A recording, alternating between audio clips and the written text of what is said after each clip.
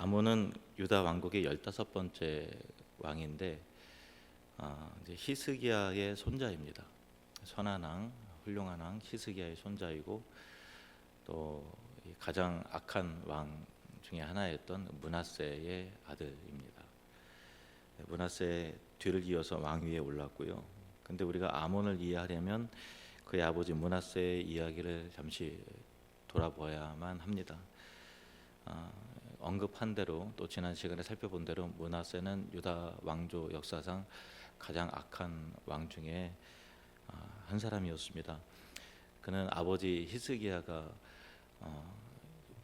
뽑아버린 우상들, 또 내쫓아버린 가증한 것들, 무당이라든가 점치는 사람들이라든가 뭐 등등 그런 것들을 다시 다 유다 전역에 다시 회복하고 다시 우상을 세우고 성전에 가증한 것들을 다시 끌어오고 그렇게 하나님이 기뻐하시지 않는 것만 더 열심을 부리고 성경에는 므낫세가 백성들을 꾀어서 악한 길로 가게 했다라고 기술할 만큼 그렇게 철저하게 악을 행하는데 적극적으로 악을 행하는 길로 이렇게 이끌 만큼 그런 사람이었어요.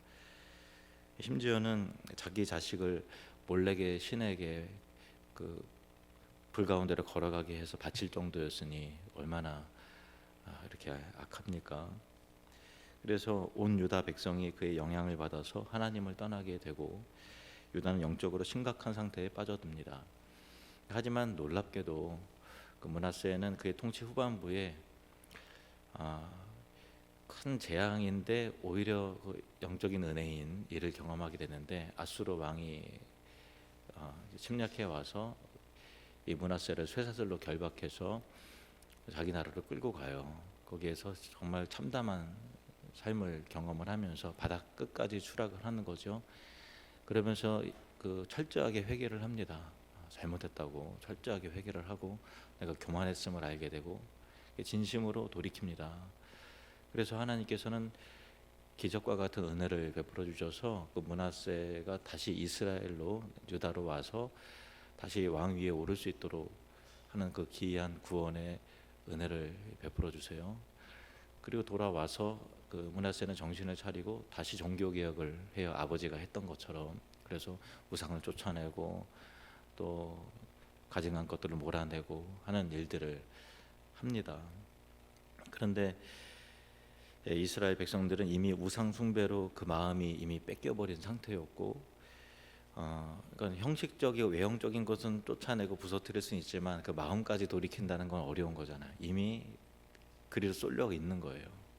그래서 하나님께로부터 멀어져가는 그 마음과 흐름을 돌이키기에는 역부족이었다라는 안타까운 역사가 성경에 기록되어 있습니다. 오늘의 주인공인 이 므낫세의 아들인 아몬도 마찬가지였다라는 거예요. 그러니까 아몬은 아버지가 가장 악한 왕이었잖아요. 그리고 후반부에는 다시 정신 차리고 하나님께 돌아왔는데 악한 모델로서의 므낫세를 쫓아갔던 거예요. 돌이킨 이후에 회개한 므낫세를 모델로 쫓아간 게 아니라 이게 참 안타까운 점이죠.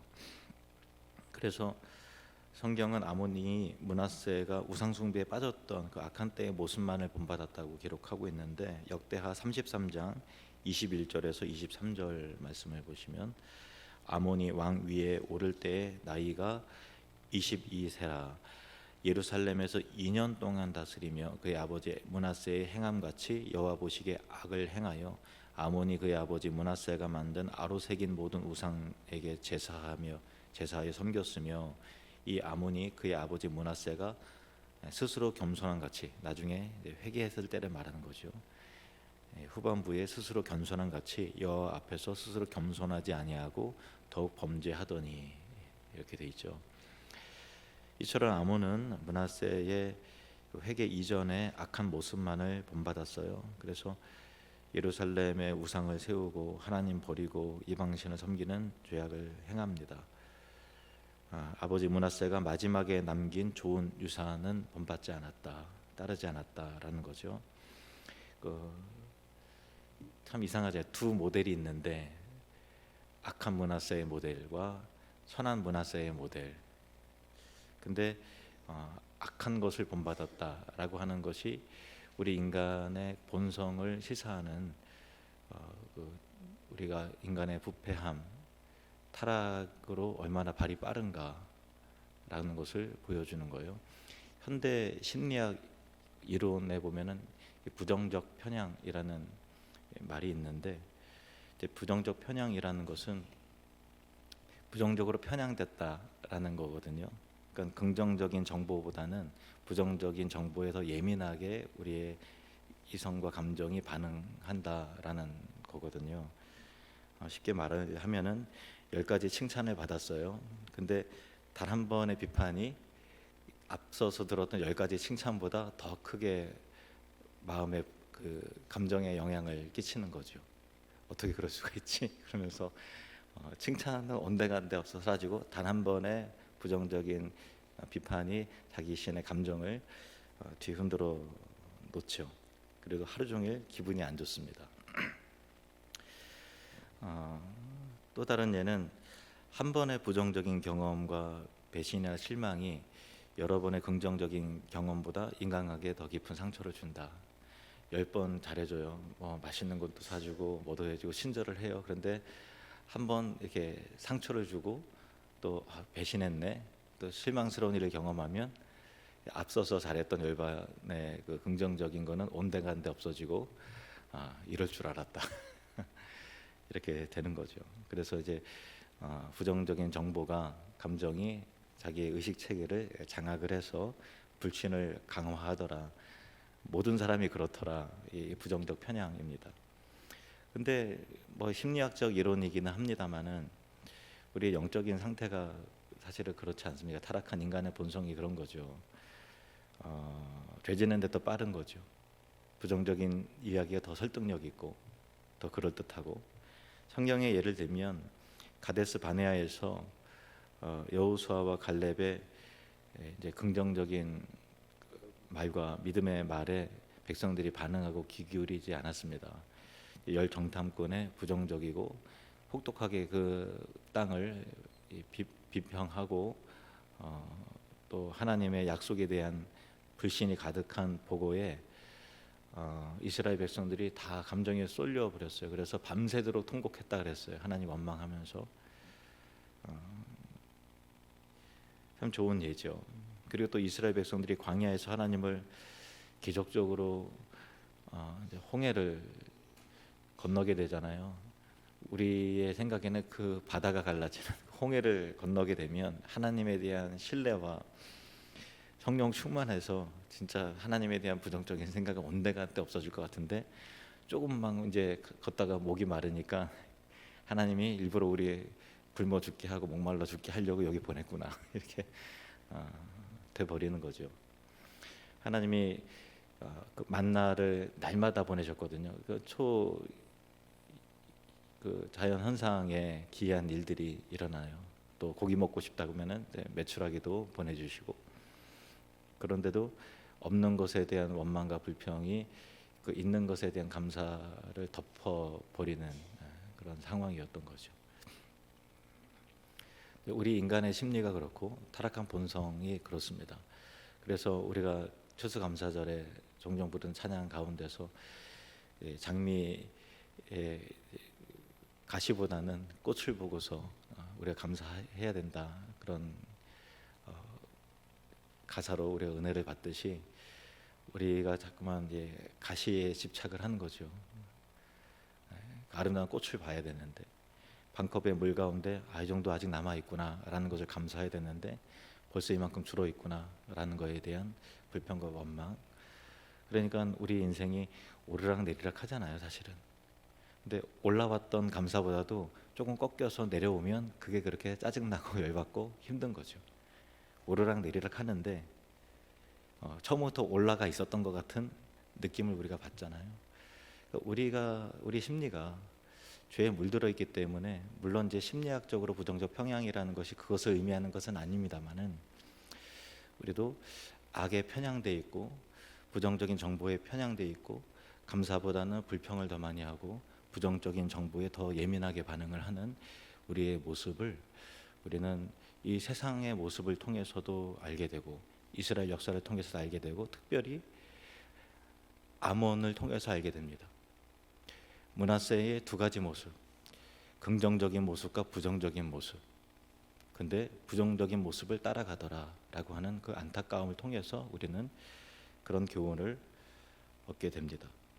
우리가 신앙생활을 하다 보면 여러 말을 듣고 여러 모습을 보는데 우리 자신을 한번 돌아보길 원합니다.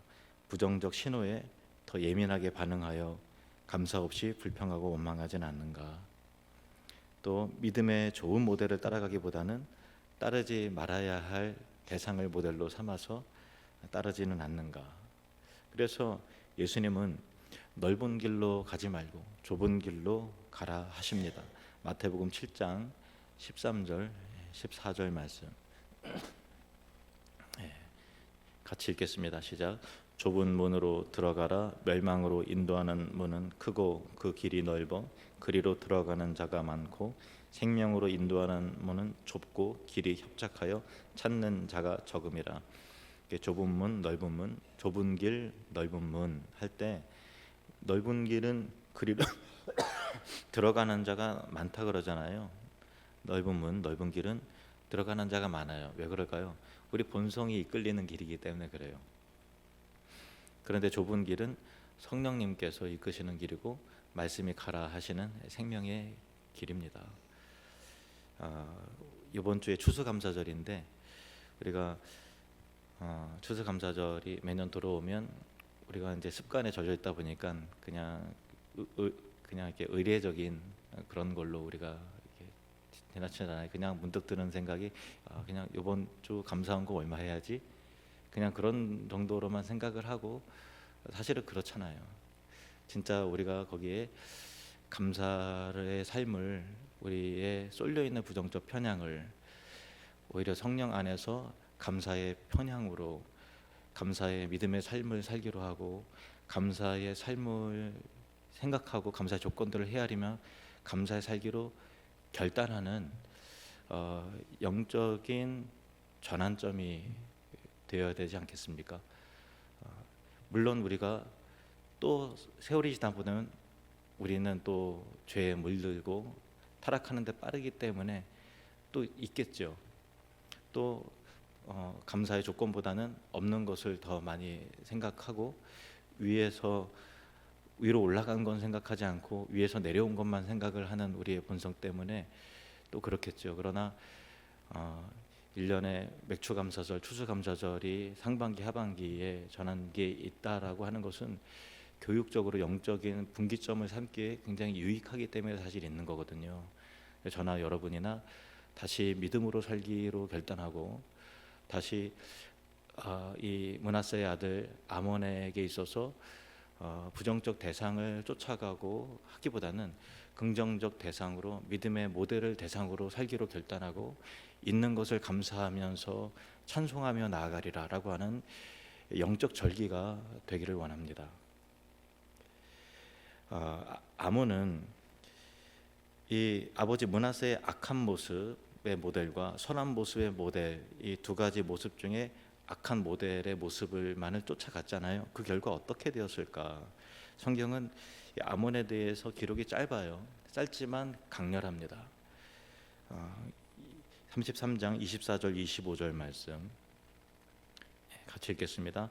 그의 신하가 반역하여 왕을 궁중에서 죽임에 백성들이 아몬 왕을 반역한 사람들을 다 죽이고 그의 아들 요시야를 대신하여 왕으로 삼으니라. 그의 신하가 반역해서 왕을 죽였다. 아몬을 죽인 거죠. 그리고 그 아들 요시야를 대신 왕으로 삼았다라는 내용인데, 그 아몬은 2년밖에 왕위에 있지 못했어요. 그러니까 신하들에게 이제 반역 당하고 2년 만에 암살 당합니다. 성경에서는 그의 죽음을 구체적인 이유 설명하지 않아요. 그렇지만 설명하지 않지만 우리는 눈치껏 성경에서 말하려는 의도를 우리는 파악을 할 수 있죠. 성경에서 침묵으로 말하는 메시지는 무엇입니까? 그러니까 아몬의 악행과 그로 인한 유대의 타락이 그 신하의 반역을 부추겼던 것이고, 그의 신하들이 그를 살해한 것은 단순한 어떤 폭력 행위가 아니라 아몬의 악한 통치에 대한 반발이었을 것이고, 또 그것이 아니다 할지라도 하나님의 심판이라는 것을 우리는 알게 되는 거죠. 그래서 그의 죽음이 하나님을 떠난 지도자의 마지막이 얼마나 허망하고 공허하고 비참한가라는 것을 우리는 이 짧은 메시지를 통해서 오히려 강렬하게 우리의 마음에 새겨지게 되는 것입니다. 아몬은 선한 므낫세의 모델보다는 악한 므낫세의 모델을 쫓아갔습니다. 생명의 길로 가지 않고 사망의 길로 갔습니다. 그리고 그 결과는 짧은 생애와 짧은 왕위와 죽음과 심판이었습니다. 다음 시간에 이어 살펴보겠지만 아몬의 뒤를 이어서 왕 위에 오른 사람은 요시아입니다. 요시아는 굉장히 선한 왕이었습니다. 참 희한하잖아요.